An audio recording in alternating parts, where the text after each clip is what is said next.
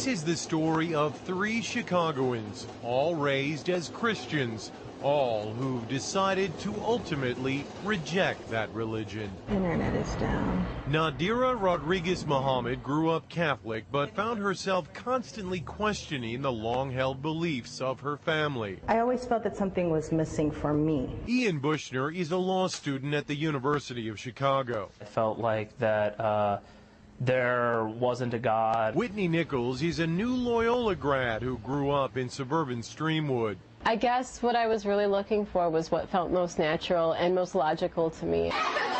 When Nadira entered high school in the mid-1990s, she became friends with a group of Muslim girls. They just had this level of contentment and a sisterhood that was, I wanted to be a part of that. Ian drifted towards the Muslim students at his high school as well. I remember defending some of my friends at school from accusations, after 9/11. And then I started reading the Quran. I said, oh, here is a form of God that I've never been presented before. After September 11, the interest actually increased. Dr. Assad Basul is professor at Chicago's Islamic American College.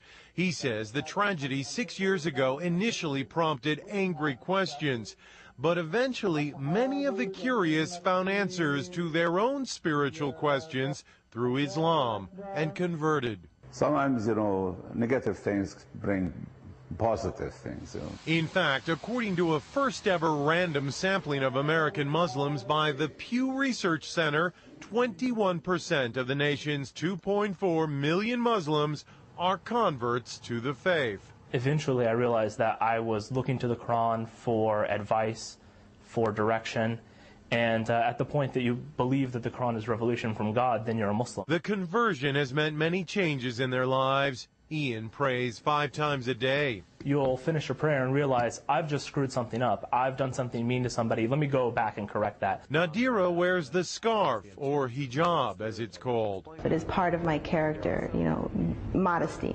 It's just part of who I am. I don't know if I'll ever be ready to wear the hijab. I've become more modest. I won't wear tank tops and I won't wear shorts. Whitney says she has had to constantly defend her new religion. My father asked me right after I converted, why do you want to be associated with these terrorists? And I'm like, this is what you see? Oh no. And we kind of have to deal with the backlash of those who have chosen to do something so horrible. But all say there is no going back. At some age, everyone must decide what they believe and live their life accordingly. I'm Mexican, I'm a female, and I chose this for myself. If you have a personal, relationship with God, whatever that may be, however that may be, then you're in a good place.